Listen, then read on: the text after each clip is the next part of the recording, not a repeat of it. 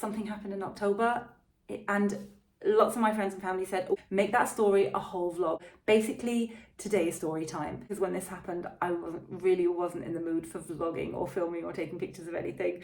Let's go. End of October, I was in London. I had some job stuff to do there, and also I combined it with vlogging. I had a gig there. It went really, really well.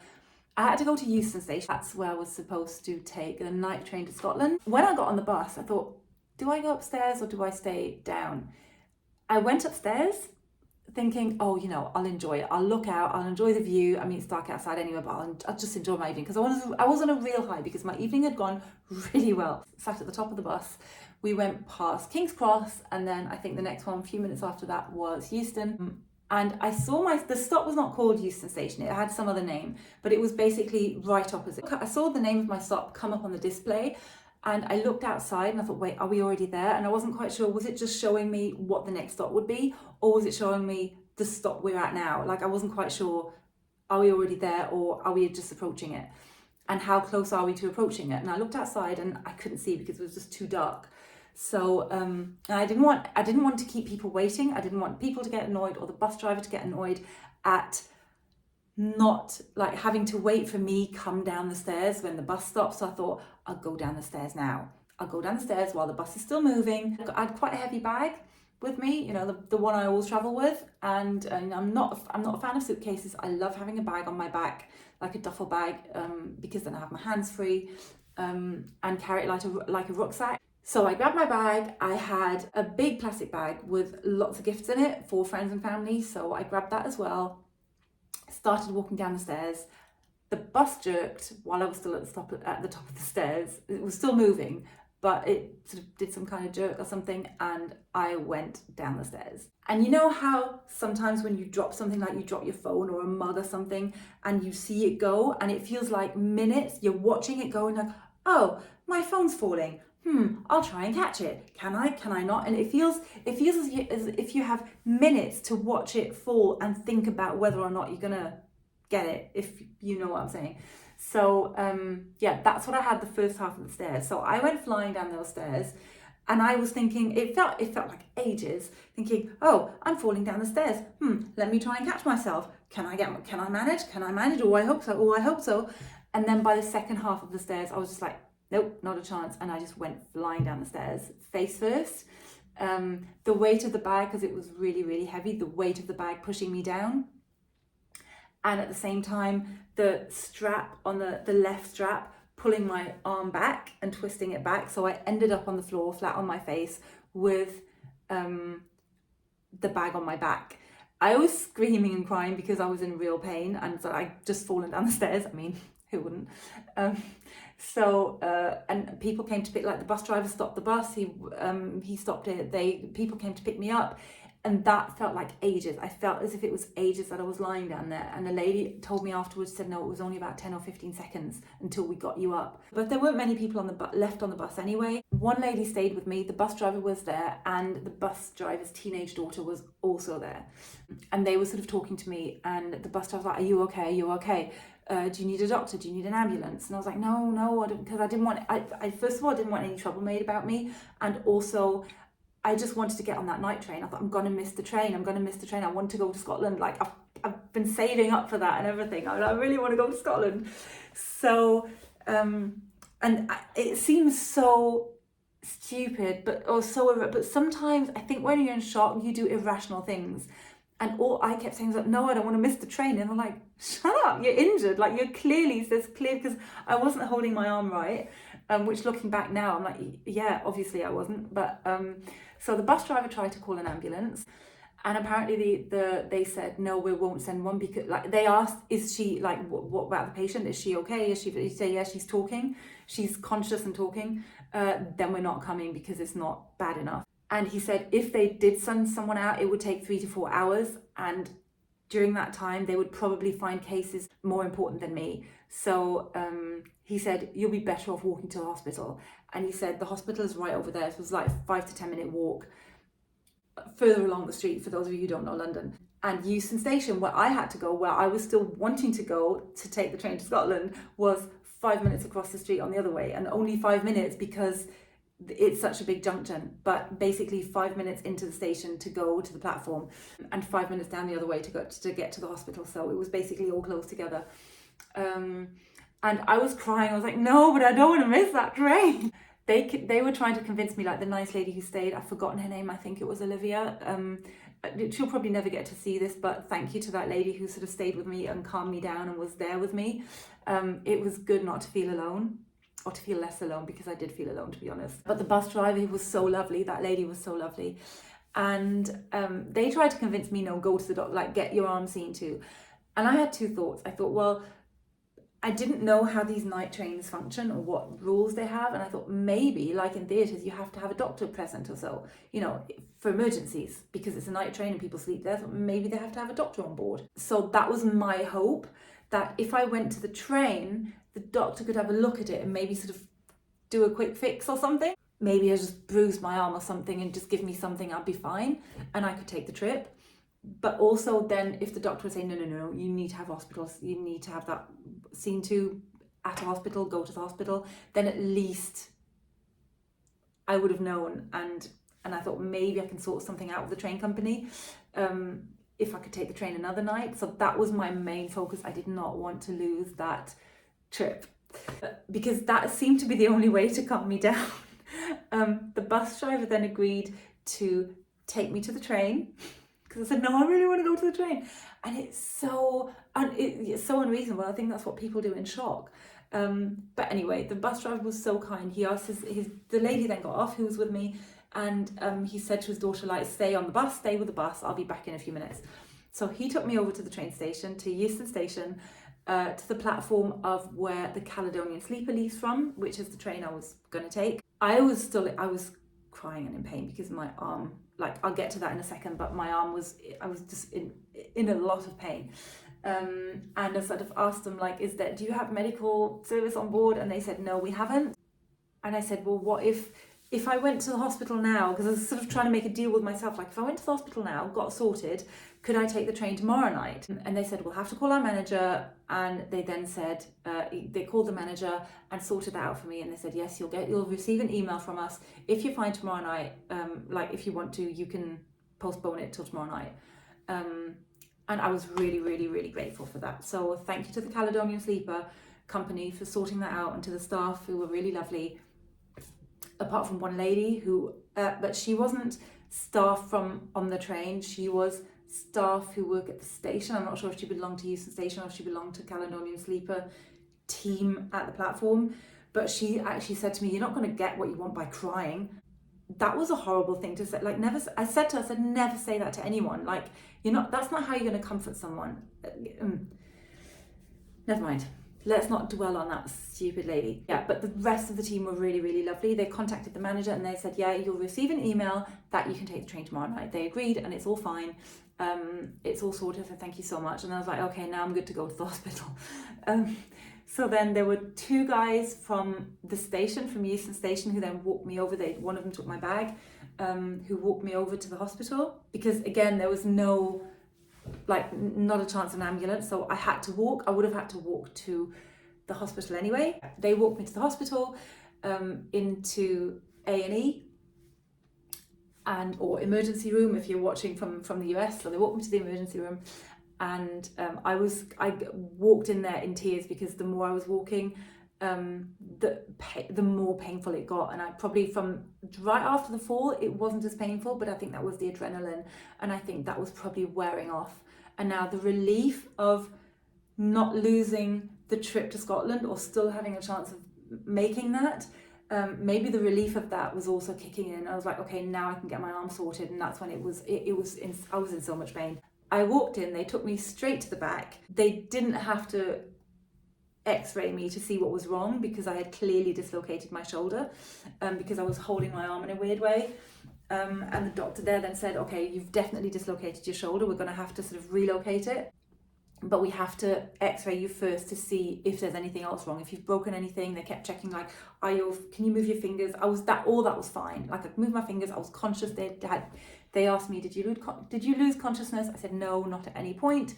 Like, I am aware of all the pain I'm in. And that was at about 11 o'clock at night. And Basically, to cut a long story short, it took them until lunchtime the next day to get me sorted. Doctors came in to see me at some point. They did move me to a ward after a while and basically kept feeding me painkillers. I had like the strongest painkillers. They gave me paracetamol, ibuprofen. They tried laughing gas. I was just sitting there. This is the first time I had that. I was sitting there for a while and sort of inhaling that. And they said, if you get dizzy, stop and give it a break. So basically, I was just taking 1 breath, 2 breaths, and then I had to give it a break because it made me dizzy right away. And it wasn't helping, like, not at all. They at some point kept giving me morphine. Like, I got loads of morphine that night. I've never had morphine in my life. They x-rayed me and told me that my shoulder was not only dislocated but also fractured. They said they needed a better picture, so they had to do a CT scan as well, which was really, really painful because the person in the scanning room was then like, oh yeah, put your arm. I was like, ow! Like, it was so painful. The doctors then came in and said, so there are 3 things that could possibly happen if we're unlucky. If all goes well, we'll just relocate it, it'll be fine, and you can go, and because I kept saying, well, like, can I go on the train to Scotland? Can I take the night train to Scotland tomorrow night? And they're like, well, hang on, it depends on how this goes, on how your treatment goes. So 3 things they said are possible, 3 dangers that might possibly happen, is that when first they try and relocate my shoulder and can't get it in because the fracture is in the way. In that case, they'd have to open me up and do it from the inside. Second thing that could happen was they relocate it, but it slips right back out again. In that case, again, they would have to open me up and use a metal plate to fixate it. The third thing that could happen, they relocate it, accidentally touch the fracture, or it sort of goes too close to the fracture and the fracture just goes and it fractures even more and makes the fracture worse. And then as well, they would have to operate. They said it would be my turn first thing in the morning. Unfortunately, I was still there by like 11:30 saying, why have I not been treated yet? I'm still just here taking painkillers. Please take this pain away, because I think it's the dislocation that caused so much pain, not the fracture itself. Anyway, it was then around lunchtime. They then actually took me down to the surgery. And the guys were asking me questions, and I was waiting for the point where they go, okay, count backwards from 10. But he said, yeah, so what do you do? And I was like, that's the last thing I remember. And then the next thing I remembered was waking up in a different room with 3 nurses around me, next to me, one giving me water. And I was like, oh. And I thought, wait, there's other people there as well, like sort of behind curtains. And I was like, oh, have they done it? Am I done? And first thing I did was I looked at my shoulder. It was if there was a plaster there, or if there was like a scar or anything. I was like, oh, okay. They hadn't let me drink because they said it would be my turn first thing in the morning in the operating room. They hadn't let me drink since probably 1 o'clock at night, 2 o'clock at night. I wasn't hungry. I didn't need any food, but I was extremely, extremely thirsty. There's one nurse there called Maria who she did subscribe to my YouTube channel while I was there. So thank you so much, Maria, for taking good care of me. She actually did let me have two or three sips when I had to take the next painkiller. So she did let me have like a few sips, and I was dying for some water. So when I woke up from the surgery, the 3 nurses were there. I was like, please, can I have something to drink? And they said, it's going to make you sick. And I'm like, I just need some water. My body needs fluids. So I gave them some straight away. I thought, I'm so sorry. The good news was they didn't have to operate. Again, for the rest of the day, Maria was there. The doctors came in again. I said, can I go on the trip? Is it safe to go on that trip? Because the thing is, I said, if I go home now, I'll have the same problem. Like, if I go on that trip, everything is sorted. All I have to do is get from the station to the train. Then from the train, I can get a taxi to take me to the hotel that I'm staying at, which is already booked and paid for, and everything is sorted. If I go home now, I'll have a completely different problem as to, okay, how do I go home? Which train do I take? So I said, it's not going to be much of a difference. And it's not like an emergency where I have to be at home lying down with somebody at my bedside. So they said, you're all right to go, you're fine. They gave me some painkillers to take with me, really, really strong ones. which I haven't taken any of yet. Like I never take painkillers. I don't take, if I've got a headache, I'm like, okay, I need some sleep, I need a drink of water, I need some fresh air. Like I rarely ever take any painkillers at all. The only thing I might take once in a while is an aspirin, and aspirin works for me. Never anything stronger than that, and only ever once in a while. So yeah, I didn't feel comfortable taking those painkillers, but I was glad I had them for emergencies and for the night. And I went to the chemist to get some ibuprofen again. They sent me home with this lovely sling, which I wore for, I would say roughly for the first 2 weeks after the fall. So it's been 3 weeks now since it happened, which explains why I didn't want to post anything in November. I didn't feel up to vlogging. I didn't want to sit in front of a camera with this on. I can use my arm a bit more than in the beginning. I can't lift it properly yet. Like I have to use my other arm to lift it. I don't have the muscle doesn't have the strength yet to lift properly. And if I do, it really hurts. I can't really lift things. I can sort of support my other hand doing stuff, but I can't do much. But I feel it is getting slightly better, so cross fingers. I wore the sling for the first 2 weeks and couldn't sleep, and I thought I was dying to take the sling off. I would always sort of wake up around 3 o'clock and then lie awake for a few hours and then maybe go back to sleep for a little bit. So I'm amazed that I look okay. I think it's the ring light doing this, because actually there are times when I look in the mirror and I feel like I look really rough.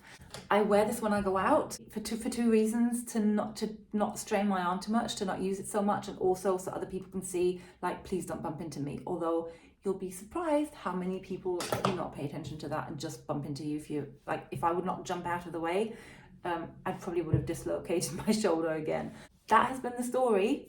I then had my night, sort of day and night in Glasgow left, but the vlog of that will follow. Vlogs of that will follow, and also vlog of the sleeper train, which, to be honest, I did not enjoy as much as I was hoping to with that. That has absolutely nothing to do, Caledonian Sleeper, but has all to do with my shoulder injury. Ow.